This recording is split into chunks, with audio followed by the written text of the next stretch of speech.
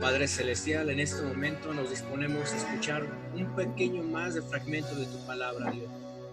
Tu palabra es poder, tu palabra es completa.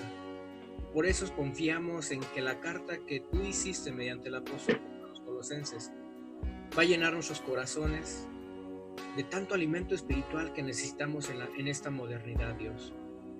Te pedimos, por favor, Señor, con un corazón contrito y humillado, que tengas misericordia de nosotros y nos levantes esa mirada hacia ti, Dios, porque nuestro mayor anhelo es adorarte y servirte, Señor. Deseamos con todo el corazón que lo que tienes preparado hoy penetre hasta lo más profundo de nuestro alma, de nuestro corazón, porque sabemos que solo así podemos estar bien ante ti, Dios. Te alabamos y te bendecimos, Señor, en el nombre de nuestro Señor Cristo Jesús, nuestro amado Señor, a quien reconocemos como único Salvador. Amén. ¿Cómo están, hermanos? ¿Bien? Miren, ahorita vamos a... qué bueno, Jorgito. En este momento vamos a estudiar una carta a los Colosenses. Vamos a empezar una serie de un estudio inductivo de esta carta, un estudio profundo de lo que significa esta carta para los Colosenses, pero con la noticia, mis hermanos, que aplica en la iglesia moderna totalmente. De tarea, por favor, lean la carta a los Colosenses. Va a ser un poquito más sencilla si ustedes la leen desde un inicio. Bien, esta charla la vamos a basar en un texto que está en Colosenses 2:10. Colosenses 2:10 dice: y vosotros estáis un poquito completos en él. No dice eso, ¿verdad? Dice, y vosotros estáis completos. Esto es al 100% en él, es decir, en Cristo, que es la cabeza de todo principado y potestad. La epístola a los Colosenses está por demás interesante. Fue una carta dedicada a la iglesia de Colosas. Esta iglesia fue fundada por un discípulo de Pablo que se llamaba Epafras. Un dato muy curioso es que el apóstol Pablo jamás visitó Colosas. Así que con esto deducimos que los hermanos de esta iglesia jamás conocieron físicamente al apóstol. Esta iglesia estaba conformada en su mayoría por judíos, frigios y griegos. Por favor, imagínense la diversidad de culturas e ideologías que existían. Es como si juntáramos en una comunidad, aunque todos tienen los ojos rasgaditos, a los chinos, a los japoneses y a los, ¿cómo se llama? No sé, ¿cómo se llama el país que peleó con Estados Unidos? Se me fue el nombre. Pero aunque estén todos con los ojos rasgaditos, si juntamos todos en una sola comunidad, tienen tanta diversidad de culturas que eso era lo que estaba pasando en esa iglesia de Colosas. Habían judíos, frigios y griegos. Imagínense nada más. También vamos a dimensionar el nivel de autoridad de Pablo. Aunque no lo conocían, la palabra las palabras escritas de Pablo pesaban en esa sociedad cristiana. Pero ¿por qué Pablo se tomó la molestia de escribir una carta a esos desconocidos de Colosas? Ok, fíjense bien. La razón de esto es porque Epafras era un fiel siervo seguidor de Cristo y de Pablo. Presenció sucesos en la iglesia de Colosas que estaban afectando a los congregantes de esa localidad. Experimentó el involucramiento de muchas ideologías y filosofías que distorsionaban totalmente el evangelio de Cristo. De personas que se decían ser apóstoles, maestros, pastores, que confundían muy seriamente la sana doctrina de los miembros de la iglesia. El pastor Epafras, al ver cómo estaba proliferando mucho en la iglesia estas falsas doctrinas, preocupado fue a buscar a Pablo. Pablo estaba encarcelado en Roma, más o menos por el año 59 al 62 después de Cristo. Epafras llegó a Pablo anunciándole las peligrosas corrientes heréticas que ya se estaban corriendo en la iglesia de esa ciudad y que se estaban extendiendo tan rápido que la sana doctrina corría el peligro de contaminarse. Con esta inducción, con esta introducción, entendemos una enseñanza. Fíjense bien, Pablas era un pastor ejemplar, ya que se preocupaba tanto por mantener la sana doctrina que al verse amenazada buscó ayuda. Hoy en día, muchos de nuestros líderes eclesiásticos les es más fácil adaptarse a las nuevas filosofías que realmente defender la fe o, en su caso, buscar ayuda. Es por eso que en la actualidad se le ha permitido la entrada a tantos lobos rapaces en el rebaño, porque no saben defender lo bueno de lo malo. Miren, hermanos, lamentablemente mi familia y yo hemos sido testigos de cómo se han introducido a la iglesia estas ideologías, que lejos de acercar al hombre, la alejan. Y lo más triste de esto es que millones de personas se están dejando llevar por esos malos maestros. Eso es lo triste, mis hermanos. En aquel entonces esto preocupó mucho a Pablo y por esa razón tomó la iniciativa de escribir esta carta de advertencia en contra de todo lo que pretenda sobajar la suficiencia de Cristo. Muchas doctrinas apelaban de predicar la ley judía con la época de gracia y con un toque de filosofías paganas.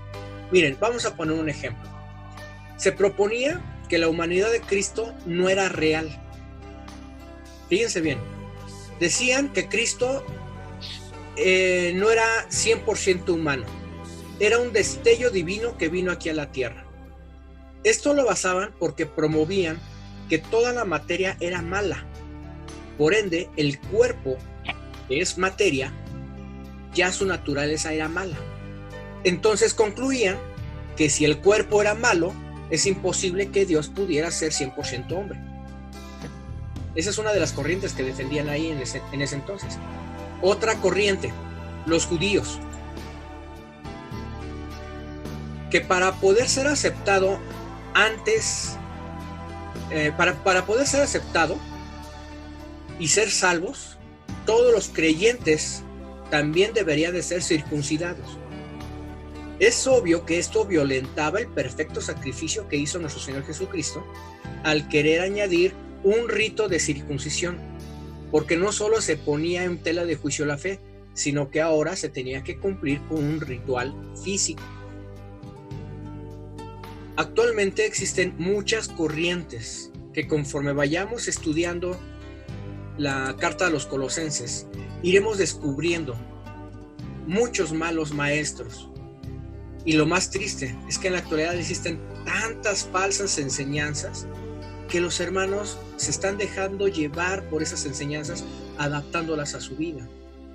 Y lo peor de todo es que no las adoptan nada más, sino que aparte las defienden, solo porque el pastor lo dijo, o porque el apóstol lo mencionó, o porque los hermanos de la alabanza lo cantaron. Y hacen suyas todas esas falsas doctrinas sin estudiar el trasfondo del mensaje. Miren, créanme, vamos a ser como los cristianos de Berea. No es pecado poner en duda la palabra del pastor. Yo se los confieso y se los digo abiertamente. Tanto al pastor Rodolfo como al pastor Josué, a todos los pastores que he conocido, muchas de las doctrinas que ellos han enseñado, yo me las llevo de tarea porque de primera instancia no se las creo. Cuando llego a mi casa y empiezo a estudiar y todo, y veo que están en la verdad, es cuando les doy ese voto de confianza. Y créanme, no es pecado poner en duda lo que se nos dice, al contrario, los de Berea eso hacían.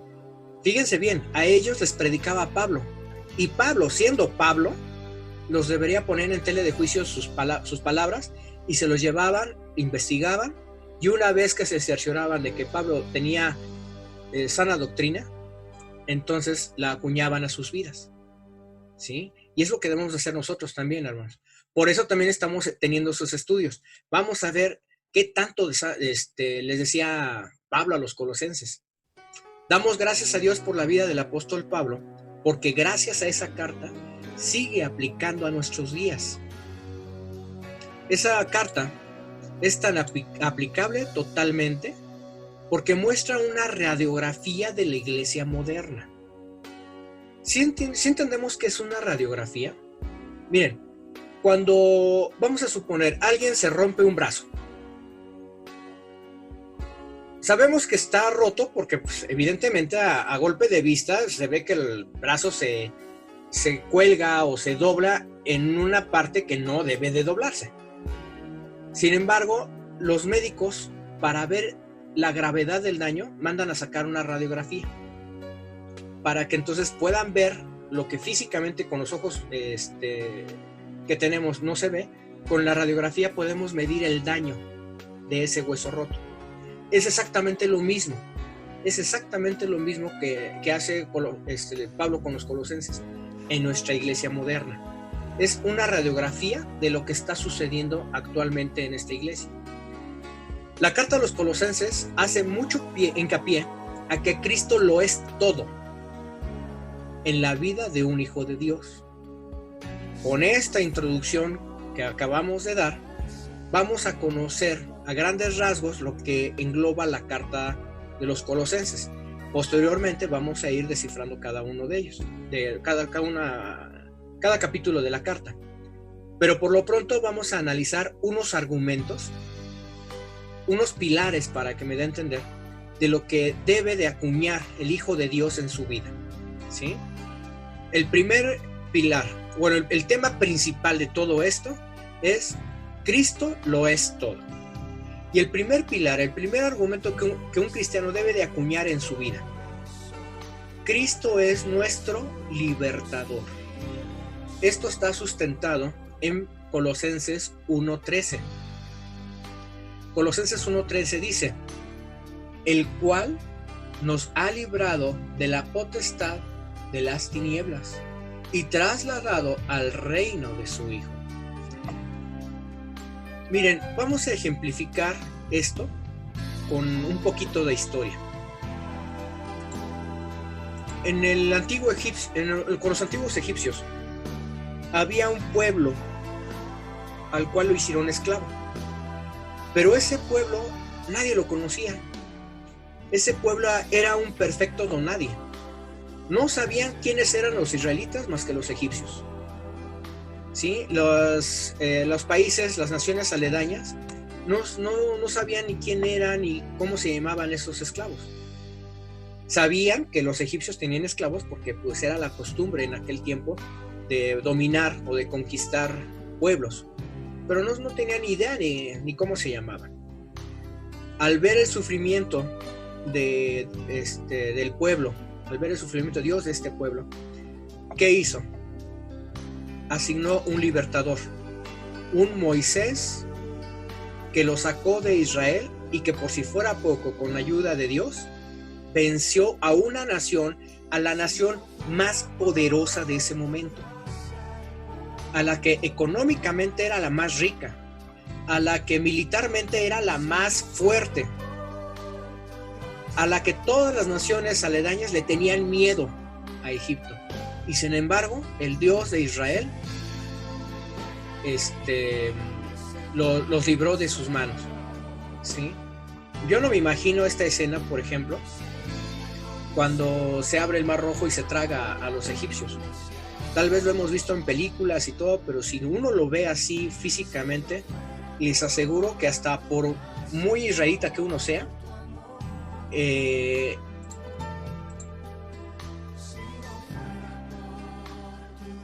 por muy israelita que uno sea,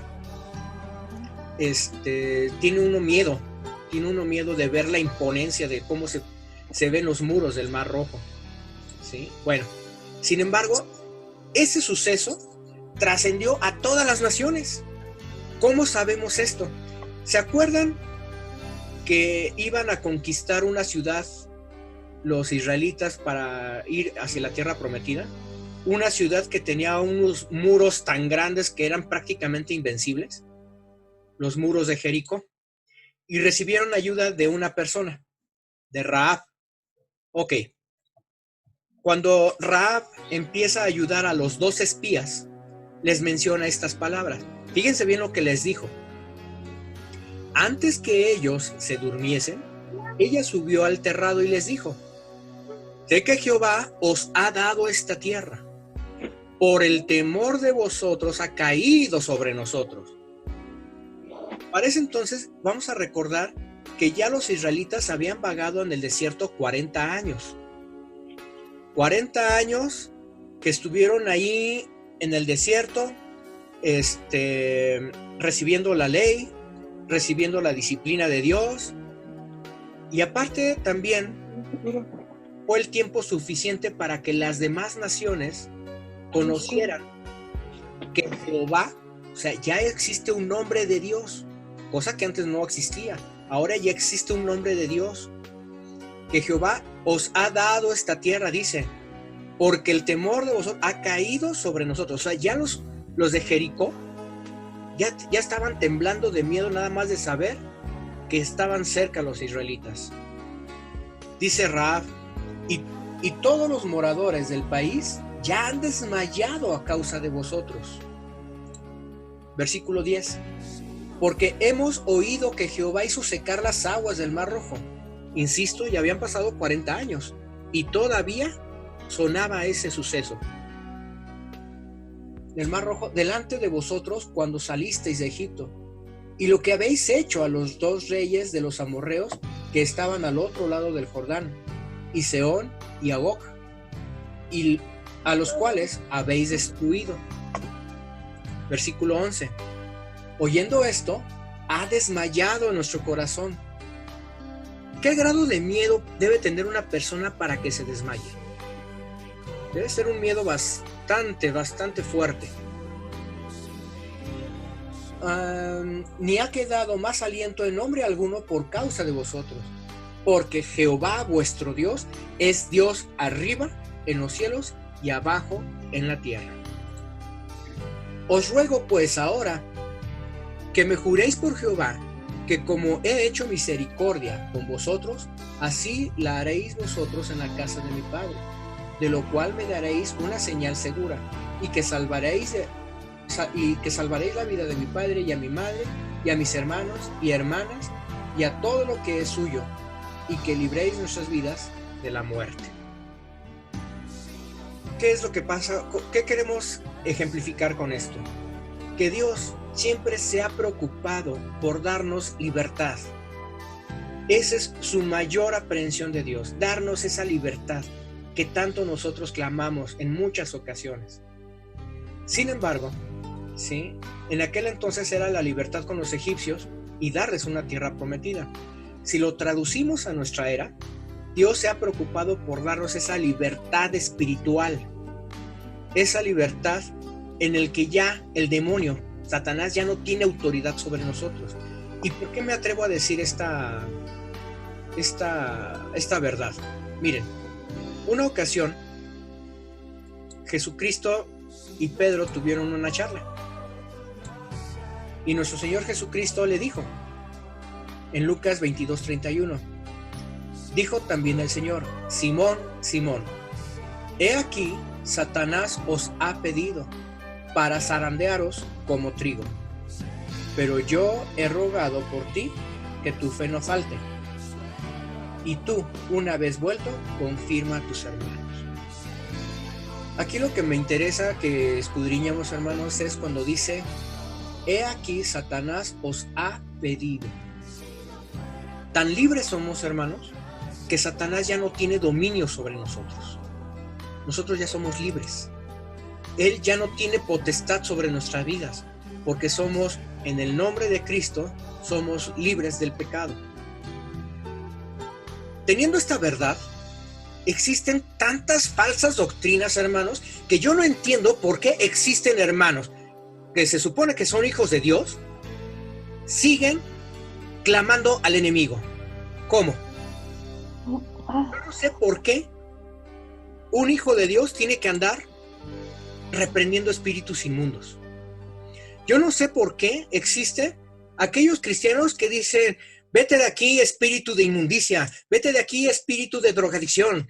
Te reprendo en el nombre de Dios. Eso no existe, hermanos.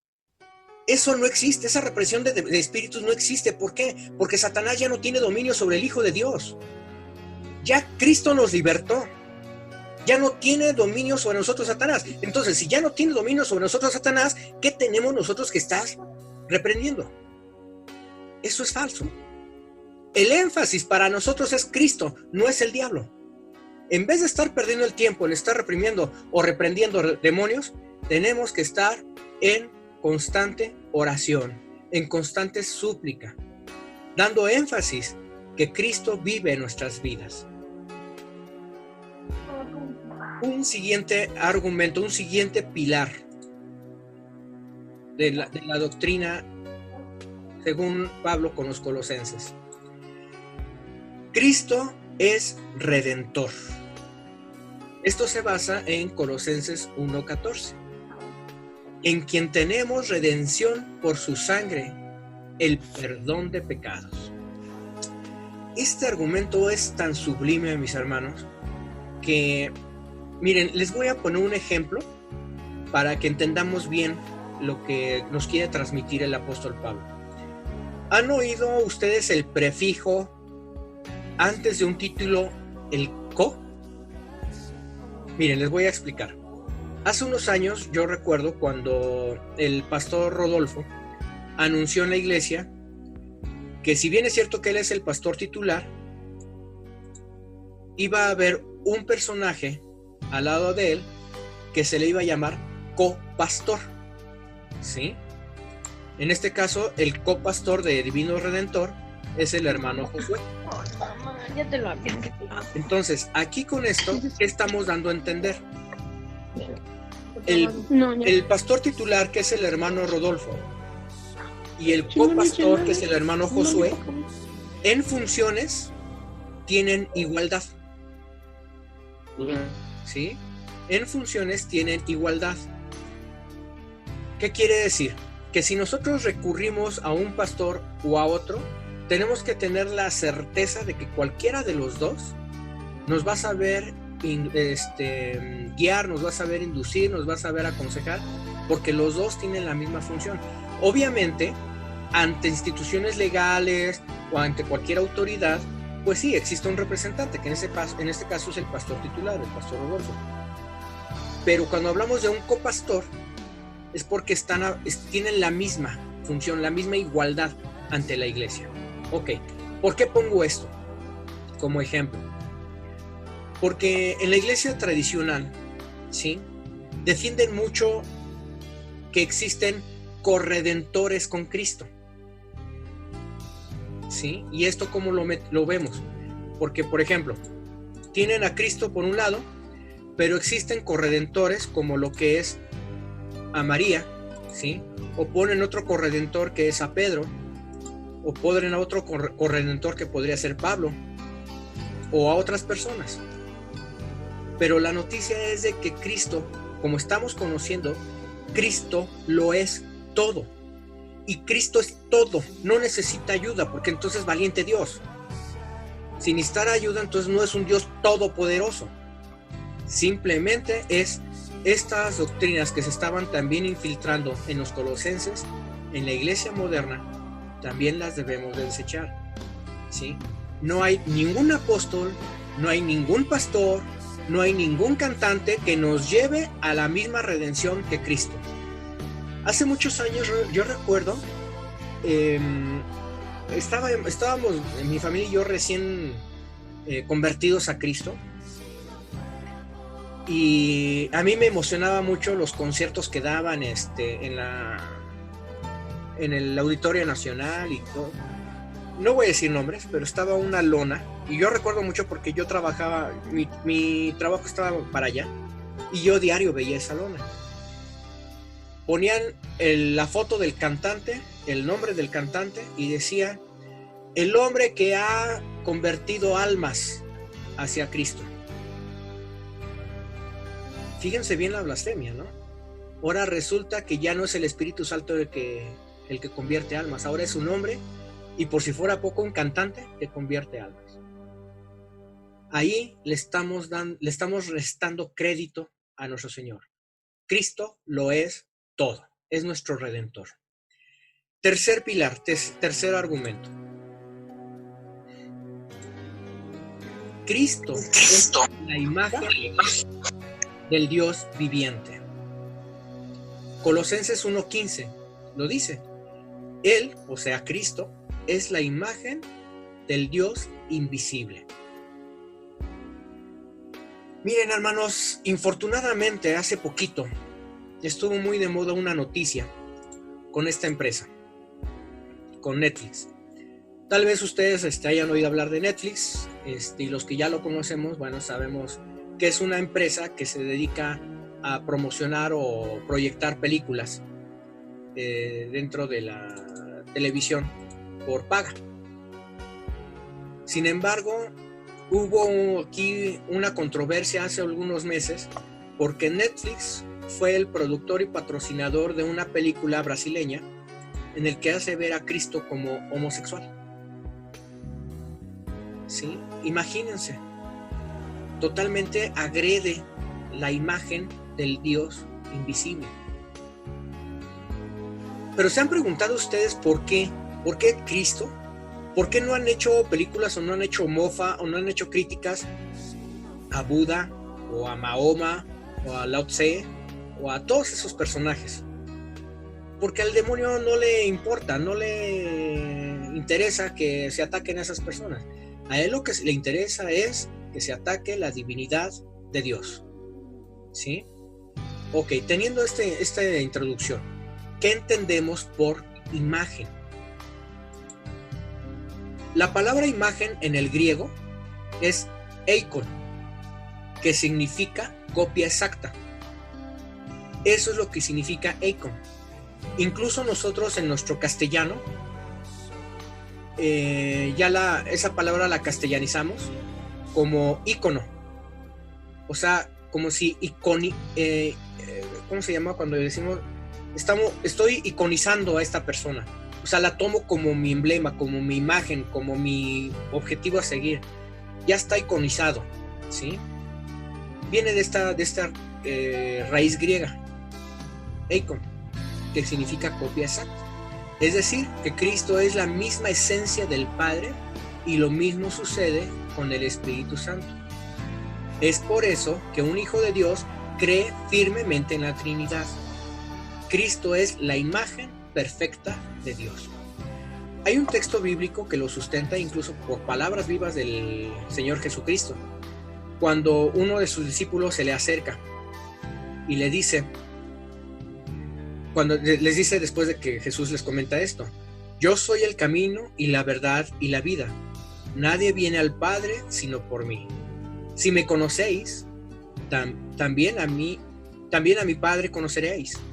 Y desde ahora le conocéis y le has visto. Felipe le dijo: Señor, muéstranos al Padre y con eso nos basta. Jesús le dijo: ¿tanto tiempo hace que estoy con vosotros y no me has conocido, Felipe? El que me ha visto a mí, ha visto al Padre. ¿Cómo pues dices tú, muéstranos al Padre? ¿No crees que yo soy? Fíjense bien esta parte: yo soy el Padre y el Padre en mí. Las palabras que yo os hablo, no las hablo por mi propia cuenta, sino que el Padre que mora en mí, Él hace las obras. Creed que yo soy el Padre, que yo soy en el Padre y el Padre en mí. De otra manera, creedme por las mismas obras. Más claro no podía ser. Cristo es la viva imagen del Padre allá en los cielos. Cuarto argumento. Cristo es primogénito. Aquí me falló una I por una O, pero bueno, es primogénito. Esto está sustentado en Colosenses 1:16, que es el primogénito de toda creación. No, creo que es primogénito, Colosenses 1:15, perdón. Primogénito de toda creación. Miren, hermanos, así como en aquel entonces Pablo escribió esta carta, y ya tiene pues bastante tiempo que la escribió, casi 2000 años, hasta nuestros días sigue vigente. ¿Por qué? Hay una secta que se encarga de distorsionar este texto. Esta es la de los testigos de Jehová. ¿Por qué? La palabra primogénito, ¿sí?, a la que se refiere aquí el apóstol Pablo, se refiere en autoridad, primero en autoridad, ¿sí? Esto es protococos. Eso es a lo que se refiere. Esta palabra griega es protococos, que significa primogénito, pero en autoridad. Vamos a ver cómo está esto con los testigos de Jehová. Esta es la Biblia de ellos, la traducción del Nuevo Mundo de las Santas Escrituras. Y si ustedes ven en Juan 1:1, esa es una foto de esta porción de la palabra. Las personas que tengan esta traducción la pueden corroborar, ¿sí? Todos conocemos esta palabra. En el principio la palabra era, y la palabra estaba con Dios, y la palabra era un Dios. Este estaba en el principio con Dios. Todas las cosas vinieron a existir por medio de Él, y sin Él ni siquiera una cosa vino a existir. A golpe de vista vemos que es una palabra muy conocida por nosotros, y dice uno, bueno, pues no le veo nada de raro. Ok, lo raro está aquí, hermanos. La palabra Dios. Si ustedes ven, por ejemplo, este Dios que está aquí, con Dios que está aquí, son diferentes. Aquí hay un Dios con letra mayúscula y aquí hay un Dios con letra minúscula. Los testigos de Jehová creen que Jesús, sí, con base a este texto, sí es un Dios, pero es un Dios pequeño, es un Dios ínfimo en comparación con Jehová, como ellos le llaman al Dios Padre. Esta es una aberración. Esta es una aberración. Jesucristo no es Dios chiquito. ¿Cuál es el primero y más grande de todos los mandamientos? Adorarás a tu Dios con todo el corazón, con toda tu mente y con toda tu alma. Si aquí los testigos de Jehová ponen a un Dios chiquito, para que un Dios sea Dios, tiene que tener adoradores. Si no tuviera adoradores, no sería Dios. Es lógica elemental. Y si el primero y más grande mandamiento dice, adorarás a Dios con toda tu corazón, con toda tu alma, con toda tu mente y con todo tu corazón. Entonces, ¿qué quiere decir? ¿Que estamos dividiendo nuestra adoración al Dios grande y al Dios chiquito? Entonces, esta es una aberración, no es una contradicción que los testigos de Jehová tienen para que ellos justifiquen la falta de divinidad de Dios ante Jesucristo. Esa es una aberración. Pero ahora volvamos al idioma griego, protococos. Protococos dice que es el primero en autoridad. ¿Quién es el protococos de México en este momento? Este señor, nuestro presidente de la República, es la máxima autoridad, ¿sí? Es el protococos de México.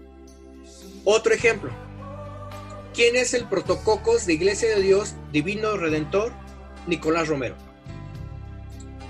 Lo conocemos, es el pastor Rodolfo. Él es el protococos de la Iglesia Divino Redentor Nicolás Romero, ¿sí? Espero que se entienda esta parte, lo que significa la palabra traducida como primogénito, como protococos.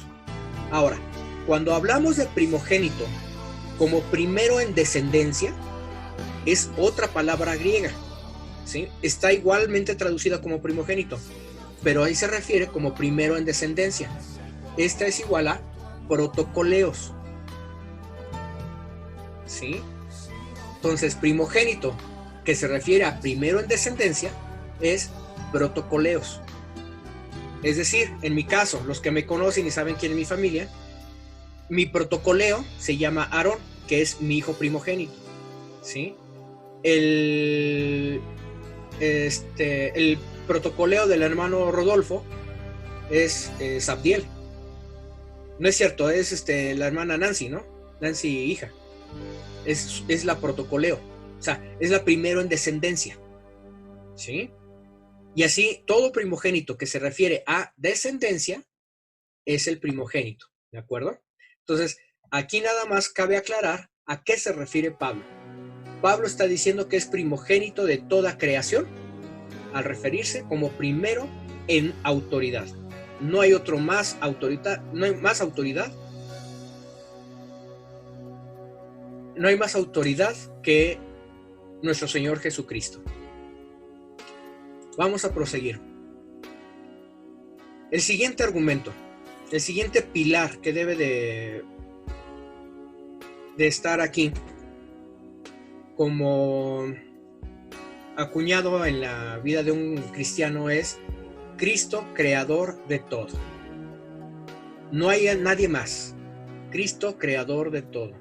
Colosenses 1:16. Porque en Él fueron creadas todas las cosas que hay en los cielos y las que hay en la tierra, visibles e invisibles, sean tronos, dominios, sean principados, sean potestades. Todo fue creado por medio de Él y para Él. Qué tremenda declaración está haciendo aquí Pablo. Porque por Él fueron creadas todas las cosas. Es decir, porque Él quiso, hubo creación. Nada más por eso. ¿Sí? Simplemente porque Dios en su amor quiso hacer todo lo que ahorita conocemos como la creación. Si nosotros hablamos en cosas propias, por ejemplo, este es mi carro, esta es mi casa, esta es mi vida, lo decimos así porque tenemos tal vez documentos que nos dan cierto derecho de propiedad. Nada más que aquí lo que Pablo quiere dar a entender es que Cristo o Dios es el único ser que puede crear de la nada. El hombre transforma la creación a su beneficio. Es decir, por ejemplo, aquí tenemos, me consta, tenemos aquí dentro de los presentes una química, ¿sí? Es mi esposa. Ella en su escuela le enseñaron una tabla periódica y a todos los que estuvimos por lo menos en la secundaria sabemos que esa tabla periódica de los elementos cómo nos hizo sufrir y padecer, porque teníamos que aprendernos las siglas, el número atómico y no sé cuántas cosas más, ¿no? Pero bueno, esos elementos químicos, esa tabla periódica de los elementos químicos, las hizo Dios, ya estaban ahí. ¿Y qué es lo que hace el hombre? Ocupa esos elementos para crear cosas, para inventar cosas a su beneficio, ¿sí? Por ejemplo, si nosotros decimos que este es mi carro o esta es mi casa, pues sí, obviamente porque usamos esos elementos que Dios hizo en creación para hacer estas cosas. Sin embargo, si nos vamos a la estricta realidad, a lo literal, Dios es dueño de todo porque Él es el creador de todo. Entonces, Dios es dueño de nuestro carro, Dios es dueño de nuestra casa y Dios es dueño de nuestras vidas, nos guste o no. Por eso el hecho de decir es que yo puedo hacer con mi vida lo que yo quiera, al fin y al cabo es mi vida, está mal dicho, porque al final de cuentas le pertenecemos como criatura a Dios, porque Él nos creó, ¿sí? Otro ejemplo de creación, por ejemplo, la sincronía exacta del universo. El hombre es incapaz de crear algo tan perfecto y tan exacto como sucede allá arriba en el universo. Hace poquito, la semana pasada, tuve la oportunidad de ver unas fotografías del telescopio Hubble. Este telescopio le invirtieron miles de millones de dólares. Y lo peor de todo es que estaba haciendo el hazmerreír de las naciones de Estados Unidos, porque después de que gastaron todo eso, al momento de echarlo a funcionar, no sirvió. Sin embargo, el director en turno, estamos hablando de los años 90, el director en turno de ese telescopio, no se rindió, siguió adelante, dio todo el crédito a ese telescopio Y gracias a ese telescopio ahora nos brinda unas fotografías de millones de años luz de distancia de nuestra galaxia. Y se puede ver y se ve muy bonito ese video, cómo está tan sincronizado todo, tan exacto, que ahí el hombre no da cavidad a que haya sido todo esto producto de una explosión. Y no vamos tan lejos, mis hermanos. El cuerpo humano. Hay tanto todavía que conocer de nuestro cuerpo humano que todavía no somos capaces de conocerlo al 100%. ¿Sí? Es por eso que ahora los médicos se dividen en especialidades. Antes nos atendía un médico general. Ahora ya un médico general totalmente no es tal vez capaz de erradicar un mal. Ahora él nos tiene que canalizar con médicos especialistas. Si estamos un poquito mal del corazón, nos refiere a un cardiólogo. Si estamos mal de los huesitos, pues nos manda con el traumatólogo. Si andamos mal con hormonas, pues nos manda con el endocrinólogo. Si andamos mal del estómago y cosas así, pues nos manda con el gastroenterólogo. O sea, es tan vasto el cuerpo humano, tan enorme el conocimiento que necesitamos tener de él, que ahora ya hasta la misma ciencia, la misma medicina se tiene que dividir en varias ciencias, en varias especialidades, para que podamos entender esto. Entonces, con esto, la persona que diga no existe Dios, pues ya no hay más evidencias que dar, ¿sí? Está muy claro que existe la evidencia de un creador y un diseñador. Ok, siguiente argumento, siguiente pilar. Cristo es eterno. Esto lo escribe Pablo porque se empezaron a introducir ideas que distorsionaban la eternidad de Cristo. Mis hermanos, nuevamente, y vamos otra vez, hasta parece que le vamos a meter el dedo a la llaga, ¿no? Existe esta misma secta de los testigos de Jehová que creen que Cristo no es eterno. De hecho, ellos creen que Cristo en el Antiguo Testamento era el arcángel Miguel. Miren, les voy a enseñar un artículo, ¿sí? Aquí en internet. Es la Sociedad Bíblica de la Watchtower, de los Testigos de Jehová, donde dice: a nuestros lectores quieren saber si Jesús es el arcángel Miguel. Y aquí, franca y deliberadamente lo dicen: sí lo es. En tiempos bíblicos, al igual que muchas culturas en la actualidad, era bastante común llamar a una persona por varios nombres. Por ejemplo, al patriarca Jacob también se le conocía como Israel, y pone varios ejemplos para sustentar toda esta herejía. Ellos creen que Jesús era el arcángel Miguel. Imagínense. ¿Con esto qué quiere decir? Que Jesús no es eterno, que Jesús fue creado por Dios. Entonces, al ser creado, pues evidentemente tiene un principio. Y fíjense bien lo que dice la palabra, la Reina Valera, para estos tiempos, en Juan 1, 1 al 3, lo que ya habíamos visto. En el principio, Él era el Verbo, y el Verbo era con Dios, y el Verbo era Dios con mayúscula. Este era en el principio con Dios. Todas las cosas fueron hechas, por Él fueron hechas, y sin Él nada de lo que hubiese sido hecho fue hecho.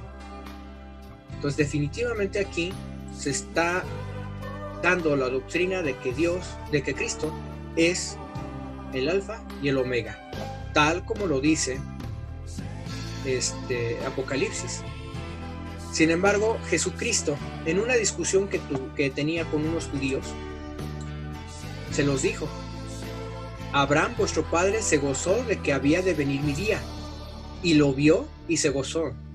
Entonces le dijeron los judíos: aún no tienes 50 años y has visto. Un segundo. Entonces les dijo a los judíos: ¿aún no tienes 50 años y has visto a Abraham? Jesús les dijo: de cierto os digo, antes que Abraham fuese, ¿qué dice aquí? Yo soy. Tomaron entonces piedras para arrojarlas, pero Jesús se escondió y se salió del templo, y atravesando en medio de ellos, se fue. Pero fíjense bien la aseguración que decía aquí Cristo. ¿Cuál es? Yo soy. ¿Sí? Esta aseguración, se los voy aquí a anotar. Esto mismo lo dijo un personaje en la antigüedad ante el faraón. Cuando dijo el faraón, ¿y quién es Israel? ¿Y quién es Jehová? ¿O quién es ese Dios para liberar a su pueblo? Yo no lo conozco, ni sé su nombre. Entonces Moisés le dijo, yo soy fue el que me envió. Al decir yo soy, está pronunciando la forma de presentar a ese Dios. Recordemos que los judíos, por reverencia, tenían prohibido mencionar el nombre de Dios, pero lo declaraban con el yo soy. Y luego Jesús con los judíos se atreve a decir yo soy. Por eso es que los judíos, enojados, tomaron piedras para arrojárselas. Y dice que Jesús se escondió y salió del templo atravesando por el medio de ellos. O sea, no era su hora todavía para morir. Pero los judíos se indignaron porque había empleado palabras dignas solo del Mesías. Y como ellos no creían que él era el Mesías, por eso estaban por arrojarle piedras. Sin embargo, nosotros creemos que Jesús es el alfa y el omega, el principio y el fin. ¿Por qué el alfa y el omega? El alfa es la primera letra del abecedario del griego y la omega es la última. Todo esto es porque creemos que Dios es el principio y el fin. Jesús es el principio y el fin. Y en aquel entonces el griego era el lenguaje más completo de aquel entonces. Era la que dominaba, ¿sí? En ese momento lo que es costumbres, culturas e incluso lenguaje. Hermanos, estos son los primeros 6 pilares que vimos en esta ocasión. Puedo seguirme más, pero es también abusar un poco de su tiempo. De hoy en 8 vamos a ver los siguientes pilares, ¿sí? No se pierdan, por favor, esta secuencia, porque créanme, el primer ministrado de esta carta es su servidor. He descubierto cosas que yo no sabía y se las estoy compartiendo. Y es un privilegio inmerecido poder compartir esta palabra, porque se me hizo muy interesante. Miren, ahorita, según el reloj, ya llevamos 1 hora de reunión y al menos yo no la sentí, mis hermanos, ¿sí? Entonces, pero es importante también que nosotros hagamos la tarea. Por favor, lean la carta a los Colosenses. Es una carta por demás muy aplicativa en nuestros días. Es una carta a los Colosenses que fue escrita no nada más para los cristianos, está escrita para todos, para todo el mundo, y está al alcance de todos. Es nada más cuestión de estirar el brazo y abrir el libro, de veras. Entonces, hoy por hoy terminamos hasta el 6º argumento, el 6º pilar, por la que nos define como cristianos, como hijos de Dios. El próximo sábado vamos a ver otros tantos más argumentos. Si no mal recuerdo, son 13 o 14 por ahí así. Voy a tratar de hacerlos un poquito más condensados para no abusar de su tiempo, pero con esto les estoy diciendo que apenas es la introducción. Estamos hablando del capítulo 1 de Colosenses y vean toda la riqueza que estamos viendo en esta epístola, ¿sí? Y quiero aprovechar también, ¿sí?, para dar la bienvenida a las personas que nos hacen favor de estar con nosotros, que hace 8 días no estuvieron, pero hay una persona también, me están comentando aquí, que nos visita por primera vez como iglesia virtual, si lo quieren llamar así, y le damos la bienvenida. No sé quién sea aquí el nombre, si sabemos quién es, para que sepamos a quién darle esa calurosa bienvenida. Y también esperamos que esta palabra que Dios está preparando sea de bastante nutrición. Bien, qué bien. Es Violeta Reyes. Sea usted bienvenida. Esta es su casa virtual. Infortunadamente no podemos darle un abrazo de bienvenida como usted se merece, pero sí le damos la más cordial de las bienvenidas, porque créame que se ha acercado a un lugar donde conocemos y queremos conocer más a Dios, todo basado en una sana y santa doctrina. Bienvenida sea usted, señora Violeta Reyes. Dios le bendiga. Y bueno, si quieren activar sus micrófonos para dar la bienvenida con toda confianza, hermanos, para que se sienta.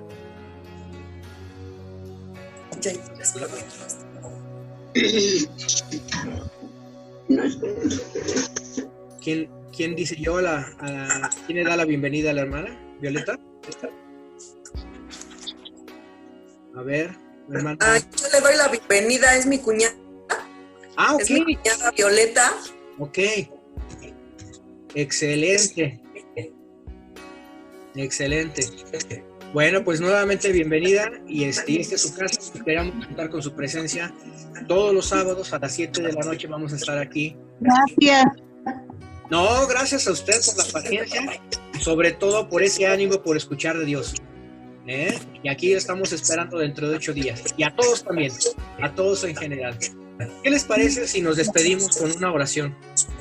Con una oración para dar gracias por toda esta palabra que nos está dando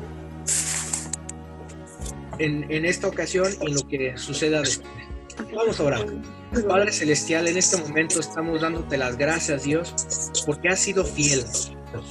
Nosotros no tenemos mérito alguno por nuestras propias manos, por nuestras propias fuerzas. Sabemos que es tu gracia la que se extiende en nuestras vidas, y por eso nos humillamos aquí, rogando tu presencia en nuestras mentes y nuestros corazones. Te pedimos, por favor, que bendigas a cada hermano, a cada persona que está aquí presente. Te damos gracias por la hermana Violeta Reyes, que en este momento ha dispuesto su corazón hacia ti, Dios. Recíbela en tus brazos, Señor. Recíbela en tus manos, para que ella esté consciente y crea que tú eres el Dios omnipotente. Tú eres lo único que necesitamos en nuestras vidas, porque tú lo eres todo, Señor. No necesitamos a nadie más, sino solamente tú y solo tú. También todos nosotros tenemos que abrazarnos de esa enseñanza, de esa doctrina, porque no hay nadie más, Padre, que solamente tú, Dios.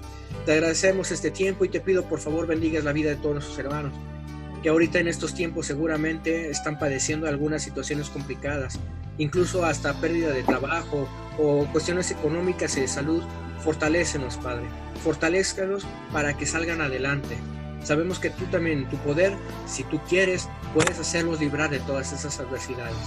Bendito eres, Dios. Bendito eres, Padre. Bendice a nuestros hermanos que están en este momento, y a todos los que no lo están. Guárdalos en el hueco de tu mano. Todo esto te lo pedimos en el poderoso y único nombre de nuestro Señor Jesucristo. Amén. Amén. Bueno, mis hermanos, les agradezco mucho. Nos vemos dentro de 8 días. Adiós. Adiós, Jorgito. Por favor, lean la carta a los Colosenses, para que sigamos estudiando y sepamos bien de lo que se está tratando. Mis hermanos, doy por finalizada la reunión. Dios les bendiga. Estamos en contacto. Bendiciones. Bye. Bye.